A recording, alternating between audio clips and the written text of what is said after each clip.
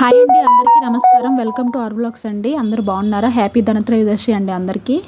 ఈ దివాళీకి all over India మొత్తం అందరి ఇళ్లలో డీప్ క్లీనింగ్ ప్రాసెస్ ఉంటుంది కదా అండి. సో నేను ఈరోజు త్రయోదశి కదా, ఈవినింగ్ పూజ చేసుకోవాలన్నమాట. సో పొద్దున లేచి ఈ క్లీనింగ్ అనేది స్టార్ట్ చేశానండి. నాకైతే చుక్కలు కనిపించాయి.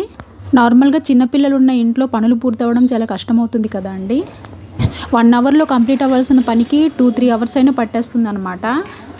వాళ్ళని హ్యాండిల్ చేస్తూనే ఈ పనులన్నీ చేసుకోవాలండి. అది మాత్రం చాలా కష్టమైన విషయమే. మా పాప బొమ్మలన్నీ కింద పడేస్తుందండి, అసలు ఆడుకోదనమాట. మొత్తం చల్లా చెదురు చేసేస్తుంది ఇంటి మొత్తం. వాటిని అన్నిటినీ సర్దానమాట. అట్లాగే ఇంట్లో అన్ని గదుల్లో కూడా బూజులన్నీ దులిపేసుకున్నాను అనమాట. అది ఆ స్టిక్ వచ్చేసి పాడైపోయిందండి, విరిగిపోయింది. సో ఇంకా చీపురుతోనే దులిపేసుకున్నాను. మా ఇంట్లో అంత బూజులేమి ఉండవండి. నేను ఎప్పటికప్పుడు ఎవ్రీ మంత్ అమావాస్య రోజు బూజులన్నీ దులిపేస్తాను కాబట్టి కొంచెం తక్కువగానే ఉందన్నమాట. కొంచెం ఈజీగానే అనిపించింది ఈసారికి మొత్తం దులుపుకునేసరికి. ఇంకా బూజులన్నీ దులుపుకొని మొత్తం క్లీన్ చేశాను అనమాట. విండోస్, తలుపులు అన్నీ కూడా క్లీన్ చేసేసుకున్నాను. ఫ్యాన్ అంతా కూడా, ఫ్రిడ్జ్, సోఫా మొత్తం క్లీన్ చేసేసుకున్నానండి. సోఫా మీద అయితే ఎంత దుమ్ము ఉందో, అసలు రోజు క్లీన్ చేసినా కానీ ఆ దుమ్ము ఎక్కడి నుంచి వస్తుందో తెలియదు అనమాట. అన్నిటికంటే బెడ్ కింద క్లీన్ చేస్తాం కదా, అది చాలా కష్టం అనిపించిందండి నాకు. దాంట్లోకి అసలు ఎలా వెళ్ళానో తెలియదు అనమాట, ఇరుక్కుపోయాను. అదంతా కూడా ఎప్పుడు ప్రతిరోజు క్లీన్ చేయలేము కదా. సో బాగా బూజు పట్టేసింది అనమాట. అదంతా కూడా క్లీన్ చేశాను. ఆ చెక్కలు, మళ్ళీ దాని కింద ఉన్నదంతా బూజులని దులిపేసుకున్నాను అనమాట. చూడండి ఎంత వచ్చిందో అసలు దుమ్ము మొత్తం. చాలా దుమ్ము వచ్చింది. బెడ్ కింద అయితే ప్రతిరోజు క్లీన్ చేయలేం కదా, ఏదో అందినంత వరకు క్లీన్ చేస్తాము, ఎక్కడో మూలలు ఉండిపోతుంది. సో ఇంకా దీపావళి కాబట్టి ఇంకా డీప్గా క్లీన్ చేశాను అనమాట. చాలా చాలా వచ్చింది మురికి.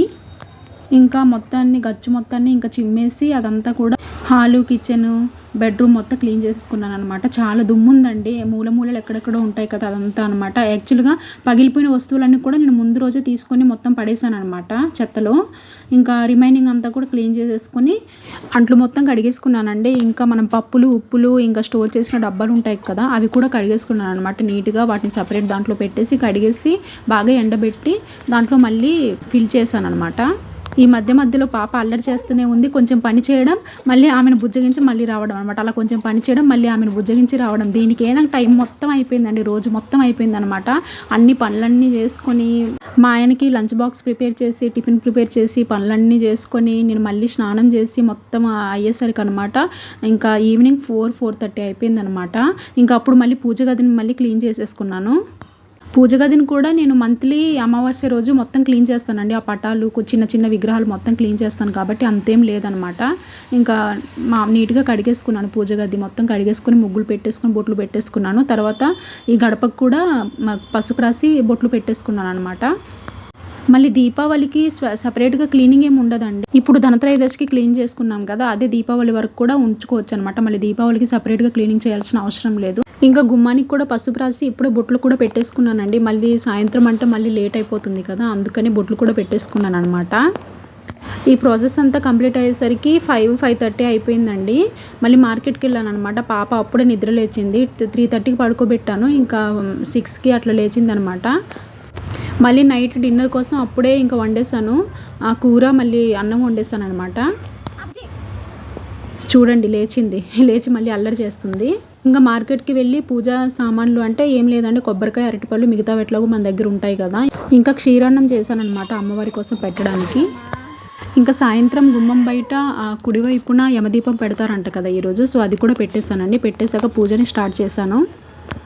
ధనత్రయోదశి రోజు లక్ష్మీదేవికి ప్లస్ కుబేర స్వామికి కూడా పూజ చేస్తారు కదా.